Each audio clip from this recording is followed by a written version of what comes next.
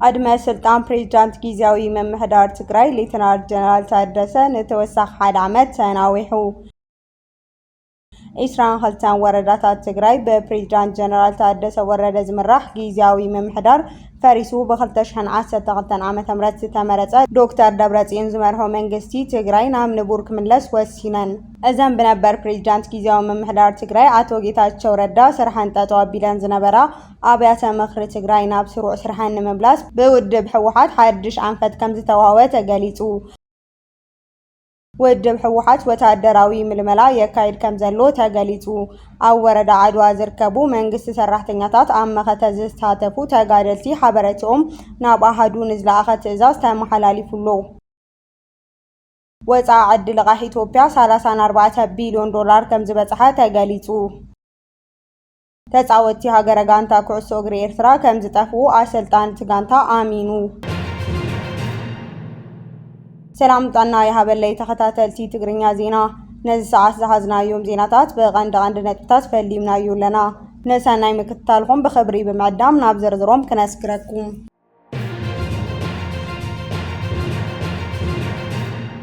عدم سلطان بريزيدنت ጊዜያዊ መምሕዳር ትግራይ ሌተናል ጀነራል ታደሰ ወረደ ንተወሳኺ ሓደ ዓመት ተናዊሑ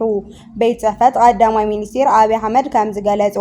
عدم سلطان ሌተናል ጀነራል ታደሰ ወረደ ከም ፕሬዝዳንት ጊዜያዊ መምሕዳር ትግራይ ኮይኑ ካብ ጽባሕ ሓደ ሚያዝያ 2018 ዓ.ም ጀሚሩ ንተወሳኺ ሓደ ዓመት ከም ዝተናወሐ ኣፍሊጡ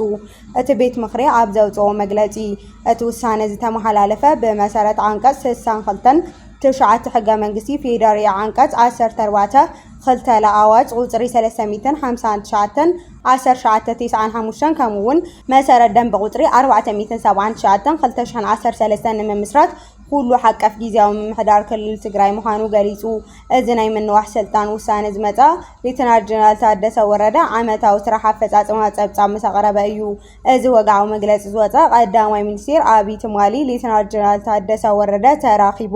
ነቲ ዝቀረበ ዓመታዊ ጸብጻብን ኣብቲ ጸብጻብ ዝሰፈሩ ዕማማት ድሕር ምዝታዩ ድሕር ሓደ መዓልቲ እዩ ሌተናል ጀነራል ታደሰ ወረደ ንኣይተ ጌታቸው ረዳ ተኪኡ ንመጀመርታ ግዜ 30 መጋቢት 2017 ዓመተ ምህረት ተሸይሙ መንባሩ ይዝከር ኣብዚ እዋን ቀዳማይ ሚኒስትር አብይ ጀነራል ታደሰ ነቲ ክልል ዘጋጠሙ ዘሎ ብድሆታት ብቀረባ ስለ ዝፈልጡ ነቲ ክልል ኣብዚ ወሳነ እዋን መምራሕ ደሉ ምዃኑ በሰፊሑ ይእመነሉ እዩ ክብል ገሊጽዎ ነይሩ ይኹን እምበር ፕሬዝዳንት ታደሰ ወረደ ፈሪሙ ዝተቀበሎ ሻሞንተ ዓበይቲ ዕማማት ከም ዘይፈጸመ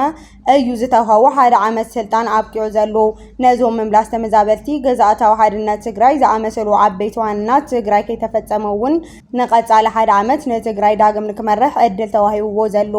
እቲ ዝሓለፈ ዓመት በሰንኪ ዝተፈጠረ ዘይመቕዳው ኣብ መንጎ አዲስ አበባ መቐለም ወጥሪ ሰፊሩ መንባሩ ይፍለጥ ብወገን ሰመዚ ትግራይ ስሩዕ ባጀታዊ ደገፍ ካብ ፌደራል መንግስቲ በዘይመርካብ እኹል አገልግሎት ንህዝቢ ክህቡ ከም ዘይኽእሉ ክዝረብ ጸኒሖም መራሕቲ ትግራይ መስ ኤርትራ ዘካይዶ ዘሎ ጽምዶውን ንሰበብ መዚ ፌደራል ባህ ዘበል ኣይኮነን ኢትዮጵያ ኣብ ዝመጽእ ጉንበት መበል ሻባይ ሃገራዊ መረጻ ንምክያድ ኣብ ምድላው ትርከብ ኣብዚ ተፈላለዩ ዞባታት እታ ሃገር ሰልፈኛታት ብኽትዕን ጎስጋስን ይወዳደሩ ኣለው ሃገራዊ ቦርድ መረጻ ነቁጥታት የዳሉ ምዝገባ መረጽ ድማ ይቅጽላሉ ትግራይ ህዝቡን ገና ናብ ንቡር ፖለቲካ መስርሕ ብዘይ ምምላስ ካብ መረጻ ዚውን ትግለልያት መስል أتن للشدش عامات أب هجراوي بايتونا وكلنا زي بالله بس إنكو كناز زعنوت كل التجراي هجون كابز هجراوي مسرح وتأيي زلا جزائي سلفي بالتجنا أول أنت خونا أب كل التجراي نهجراوي بايتو يخون كل لاو بيت مخري حسوي كام زي قرب أيو إن ده تجلس أزركاب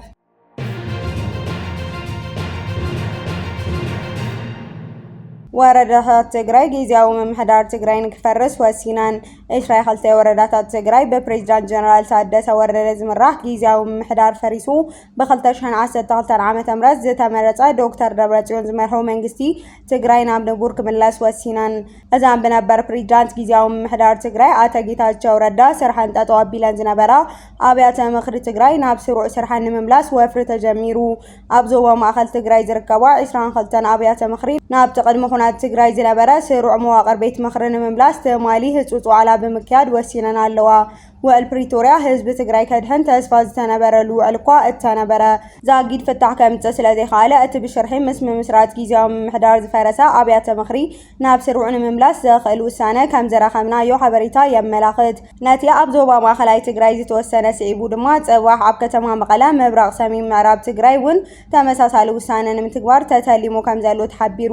እዚ ውሳነ ምምላስ ነባር ኣብያተ ምክሪ ነቲ ዕለት 1 ሚያዝያ 2018 ጀሚሩ ብቀዳማይ ሚኒስቴር ንተወሳኺ 1 ዓመት ክምራሕ ዝተሾመ ጀነራል ታደሰ ወረደ ከቢድ ፈተና እንትኾን መምላስ እተን ኣብያተ ምክሪ ድማ ንዶክተር ደብረጽዮን ናብ ፕሬዚዳንት ከምጽኦም ከም ዝኽእል ይግመት። ናብቶም ካብ ትግራይ ዝወፁ ኣባላት ኣብያተ ምክሪ ዝነበሩ ንምትካውን ኣብ ትግራይ ውግንና ዘለዎም ፖለቲካዊ ውድባት ንምትካእ ተተሊሙ ከም ዘሎ ዝረኸብናዮ ሓበሬታ የመላኽት። እቲ ኣብ መረዳእታታት ከተማ ዝብገስ ዘሎ ምንቅስቓስ ምፍራስ ጊዜያዊ ምምሕዳር ምስቲ ኣብ መንጎ መሪሕነት ህወሓት ጊዜያዊ ምምሕዳር ተፈጢሩ ዘሎ ምስሓብ ብቐጥታ ዝተኣሳሰረ እዩ። ሌተናል ጀነራል ታደሰ ወረደ ዕድመ ስልጣኖም ተወሳኺ 1 ዓመት ከም ተናውሐሎም ኣብ ዝነገረሉ ዘሎ እዋን እዚ ኣብ ከም ወረዳ ዓድዋ ዓብይ ዓድን ካልኦት ዝተወሰኑ ውሳነታት ነቲ ፖለቲካዊ ኩነታት ዝያዳ ዘተሓላልፎ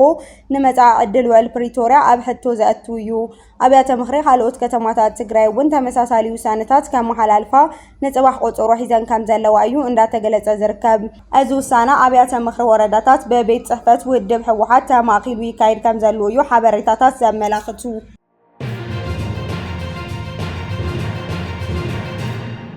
ውድብ ህወሓት ወታደራዊ ምልመላ የካይድ ከም ዘሎ ተገሊጹ። ኣብ ወረዳ ዓድዋ ዝርከቡ ናይ መንግስቲ ሰራሕተኛታት ዝኾኑ ኣብ መኸተ ዝሳተፉ ተጋደልቲ ሓበሬቶኦም ናብ ኣሃዱ ንክልኣኽ ትእዛዝ ተመሓላሊፉሎ። ኣብ ወረዳ ዓድዋ ዝርከቡ ናይ መንግስቲ ሰራሕተኛታት ዝኾኑ ተጋደልቲ ምስቲ ሕዚ ይካየድ ዘሎ ናይ ምስንዳእን ምውዳብን ስራሕቲ ተኣሳሲሩ ዝርዝር ሓበሬቶኦም ተኣኪቡ ናብ ዝነበረው ኣሃዱ ንክምለስ ወግዓዊ ፃውዒት ተገይሩሎ።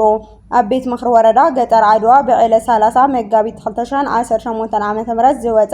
ብርእሰ መምህር ጌትነት ገብረኣናንያ ዝተፈረመ ደብዳቤ ከም ዘመላኽቶ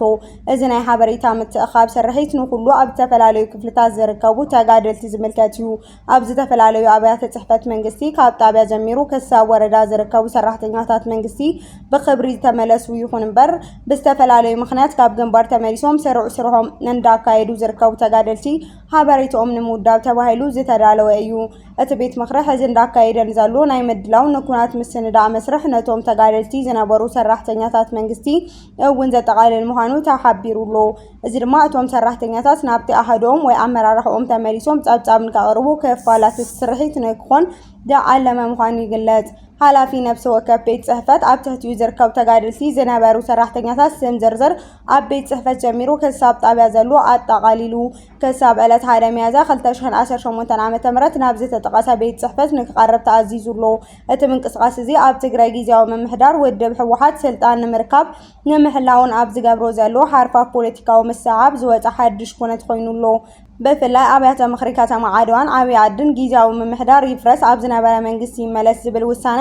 ኣብ ዘመሓላለፋሉ እዋን ተጋደልቲ ዝነበሩ ሰራሕተኛታት ናብ ዝነበሩ ኣርሚ ናይ ምጽዋዕ ምንቅስቓስ ምርኣዩ ኣብ ትግራይ ዘሎ ወታደራዊ ፖለቲካዊ ድልውነት ዘሕብር ምዃኑ ተንተንቲ ይገልጹ። ኣብ ዝተፈላለዩ ከባቢታት ትግራይ እውን ከም ኮረሽን ካልኦትን ንኹናት ዘድልዩ መሳርሕታት ድልውነት ከም ዘሎ እንዳተገለጸ እዩ ዝርከብ።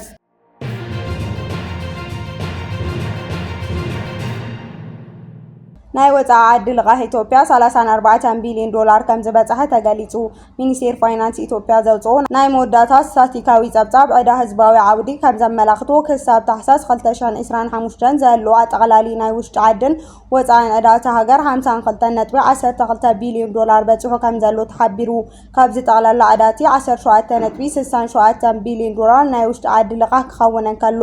እቲ ዝዓበየ ግደ ዝሓዘ 34.45 ቢልዮን ዶላር ግን ናይ ወፃኢ ዕዳ እዩ። እዚ ድማ ጾር ዕዳ ኢትዮጵያ ብቐንዱ ኣብ ናይ ወፃኢ ግዛት ዝተመርኮሰ ምዃኑ ተገሊጹ። ብፍላይ ካብ ሰነ 2024 ክሳብ ታሕሳስ 2025 ኣብ ዘሎ ግዜ እቲ ወፃኢ ልቓሕ ብሰንኪ ጸቕጢ ፋይናንስ ምልውዋጥ ሸርፊ ባንኪ ብርኡይ ወሰኽ ኣርዩ ምህላው ተመላኺቱ። أتتابتاو زوصو زلو أب إثيوبيا تحتي ناي حوار مسالتي جوجلا إسرا سفيه متخادان كجبرلا حتى أب التغرب حاموش عمد أب زملو واني وكابز مسرح زي إثيوبيا 3.5 بليون دولار زقمت مقاله لعدا كركب تسفا تغيرولو نيرو إثيوبيا مسغله زلقا هاغرات كلتاوي سممعنات كتبصح خيلا زنبرت تخون ጣሊያን በ18 መጋቢት 2026 ምስ ኢትዮጵያ ናይ ምትኻእዳ ስምምዕነት ፈሪማያ ሃገረ ፈረንሳይ እውን ኣብ ወርሒ ለካቲት ተመሳሳሊ ስምምዕነት ጌራ ምንባራ ይዝከር ብተወሳኺ ምስ መለቃህቲ ኢትዮጵያ ዝኾነ ሃገራት سعودة عربን ቻይናን ኣብ ትሕቲ እቲ በሓባር መሳለጢ ዝግበር ዘተ ሕዚ እውን ይቕፅል ኣሎ እቲ መስራሕ ከሳብ ሕዚ ሙሉእ ብሙሉእ ዘይተዛዘመ ቀንዲ ምኽንያት ምስ ናይ ውልቀ ዓለቃህቲ ዘሎ ዘይፍታሕ ጉዳይ ምዃኑ ይሕብር ኢትዮጵያ ኣብ ዩሮባንድ ዝፍለጥ ለኻ ሕዚ ኣብ ኩነታት ዘይምኽፋል ትርከብ እዚ ውልቀ ሰብ ዓለቃህቲ ዘሎ ዘይምስማዕ ነቲ ጠቕላላ መስርሕ ምትኻዕዳ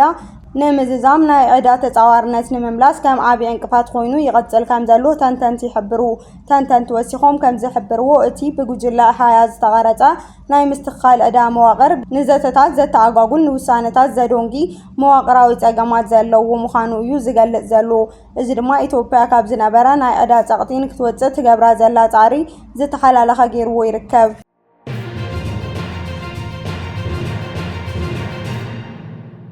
ተጻወቲ ሃገራዊ ጋንታ ኩዕሶ እግሪ ኤርትራ ከም ዝጠፍኡ ኣሰልጣኒ ትጋንታ ኣሚኑ ኣብ ቅድመ መጻሪ ዋንጫ ኣፍሪካ 2027 ንሃገራዊ ጋንታ ኩዕሶ እግሪ ኤርትራ ክውክሉ ኣብ ኣስመራ ካብ ዝተበገሱ 10 ተጻወቲ ድሕሪ ተጻወታ 7 ተጻወቲ ኣብ ደቡብ ኣፍሪካ ከም ዝጠፍኡ ኣሰልጣኒ ሃገራዊ ጋንታ ግብጻዊ ሄሻም ሃካን ገሊጹ ሃገራዊ ጋንታ ኩዕሶ እግሪ ኤርትራ ናይ ካልኣይ እግሪ ጸወታ አንጻር ኢስቲዋቲኒ በ31 መጋቢት ድሕሪ ዘካየዱ ግጥም እቶም 7 ተጻወቲ ከም ዝጠፍኡ ዝበዝሑ ተቀየርቲ ተጻወቲ መንባሮም እቲ ኣሰልጣኒ ሓቢሩ 7 ኤርትራውያን ተጻወቲ ኩዕሶ እግሪ ድሕሪ ዝሓለፈ ሰሙን ኣብ መጻሪ ዋንጫ ኣፍሪካ ኣብ ላዕሊ ኢስቲዋቲኒ ዝተዋዓለሉ ጸወታ ከም ዝጠፍኡሉ ምኽንያት ድማ ናብ ሃብታም ሃገራት ዝሓሸ ቁጠባዊ ዕድላት ንምርካብ ምዃኑ ከም ዝኣምን ንሮይተርስ ገሊጹ ኤርትራ ድሕሪ 2008 ንፈለማ እዋን ናብ መጻሪ ግጥማት ዋንጫ ኣፍሪካ ድሕሪ ምምላስ ኣብ ፈለማይ መጻሪ 7 ተጻወቲ ክጠፍኡ ምኻሎም ኣብ ቀረባ መዓልታት ክዘራረብ ቀኒሉ ነቲ ጋንታ ንምዕባል ዘካሎ ክገብር መጽባዕ ዝኣቶ ሓድሽ ኣሰልጣኒ እቲ ሃገራዊ ጋንታ ግብጻዊ ሄሻም ሃኪን 7 ተጻወቲ ናብ ኤርትራ ከተመለሱ ምትራፎም ኣረጋጊጹ ኣብ ዝተፈላለዩ ስፖርታዊ ውድድራት ዝሳተፉ ኤርትራውያን ድሕሪ ኣህጉራዊ ጸወታ ኣብ ዝሓለፈ ዓመት ናብ ዓዶም ከተመለሱ ከም ዝተረፉ ዝዝከር እዩ ኣብ 2019 ኣብ ትሕቲ 20 ዓመት ዝዕድሚኦም ተጻወቲ ናብ ዩጋንዳ ንተሳትፎ ሴካፋ ምስ ወጹ ክጠፍኡ ምኻሎም ተጻወቲ ናብ ወጻኢ ሃገራት ከይገሹ ከልኪሎም ምጽናሖም ቢቢሲ ይሕብር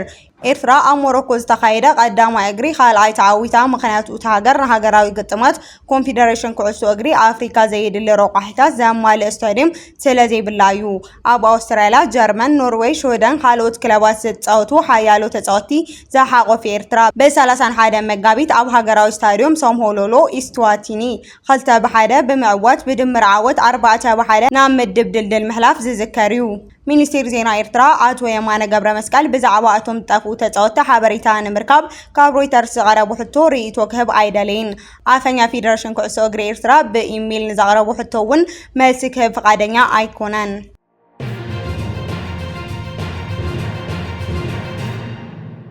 ጎሮሮ ዓለም ኣጭው ዝነበረ መተሓላለፊ ሃርሙዝ ከም ዝተኸፈተ ተገሊጹ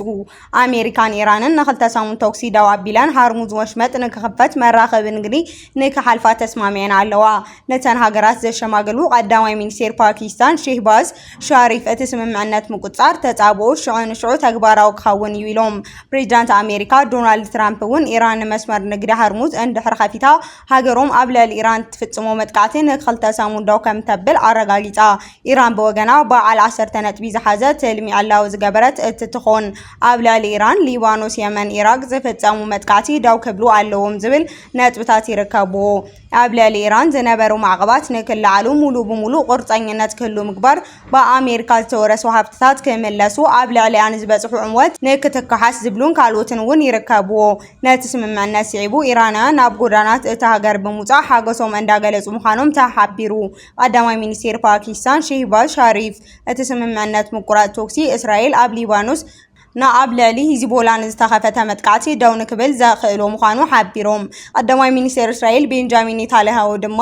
ኢራን ሃርሙዝ ወሽመጥ እንተኸፊታ ኣብ ልዕሊ ሃገሮም እትገብሮ መጥቃዕቲ ደው እንተቢላ እቲ ስምምዕነት ከም ዝቕበሉ ኣረጋጊጾም። እቲ ስምምዕነት ንሊባኖስ ገና ኣየካትትን ብምባል እስራኤል እግረኛ ወተሃደራዊ ናይ ሊባኖስ ብምውፋር ኣብ ልዕሊ ሂዝቦላ እተኻይዶ መጥቃዕቲ ደው ከም እተብል ገሊጾም። ሓፈሻዊ ቤት ምክሪ ሃገራዊ ድሕንነት ኢራን ኣብ ዘውፅኦ መግለጺ ዓወት ኢራን ኣብ ፖለቲካ ድርድር እውን ክጽንዕ እዩ ክብል ተሰሚዑ። ፕሬዚዳንት ኣሜሪካ ዶናልድ ትራምፕ ኢራን መመሓላለፊ መራኽብ ንግዲ ሃርሙዝ እንድሕር ዘይኸፊታቶ ሎሚ ለይቲ ሙሉእ ስልጣንኣ ክዓኑ እዩ ብዝብል መጠንቀቕታ ድሕሪ ምምሕላፎም ሰዓታት ስምምዕነት ከይተበጽሐ ቢቢሲ ጸብጺቡ። ኣብቲ ዝሓለፈ ወርሒ ለካቲት ኣሜሪካን እስራኤልን ብጥምረት ኣብ ልዕሊ ኢራን ንዝኸፈትዎ መጥቃዕቲ ስዒቡ ቴህራን ነዳድን ካልኦት ሸቐጣትን ዝጸዓና 20 ሚእታዊ መራኽብ ንግዲ ዝሓልፋሉ ሃርሙዝ ወሽመጥ ከም ዝዓፀወቶ ይዝከር። ብምኽንያት እዚ ድማ ነዳዲ ዓለም ክውስኽ ቁጠባዊ ሃገር ዓለም ክዓኑ ከም ዝኽእል ይፍለጥ። ይኹን እምበር ኣሜሪካን ኢራንን ወሽመጥ ሃርሙዝን ክኸፍታ ዘኽእለን ናይ 2 ሰሙን ምቁራጽ ተወግሲ ንምግባር ድሕሪ ምስምምዐን ዓለም ለኻዊ ዋጋ ነዳዲ ርኡይ ምንካይ ኣርዩሎ። ዓለም ለኻዊ ዋጋ ነዳዲ ንምልካዕ ጥቕሚ ኣብ ዝውዕል ብረት ድፍድፍ ነዳዲ ዋጋ 1 በርሚል ብ13 ሚእታዊ ገደማ ብምንካይ $94.80 ኣትዩሎ። ኣብ ኣሜሪካ ዝሽየጥ ነዳዲ ድማ ናይ 15 ሚእታዊ ቅንሽ ብምርኣይ ዋግኡ $96.75 በፂሑ። ይኹን እምበር ሕጂ ዘሎ ዋጋ ምስቲ ቅድሚ ኩናት ኢራን ምጅማሩ ዝነበረ ዋጋ ኣብ ከባቢ $70 ክነጻጸር ከሎ ገና ክብ ዝበለ ምዃኑ ይግለጽ። ኣብ መንጎ ኣሜሪካን ኢራንን መጥቃዕቲ ድሕሪ ምጅማሩ ኢራን ድማ በቲ ወሽመጥ ሃርሙዝ ዝሓልፋ መራኽብ ከም እተጥቅዕ ድሕሪ ምፍካራ ናይ ማእኸላይ ምብራቕ ቀረብ ነዳዲ ጋዝ ተሰናኺሉ ዋጋ ጸዓቱ እውን ብልዑል መጠን ወሲኹ ጸኒሑ እዩ።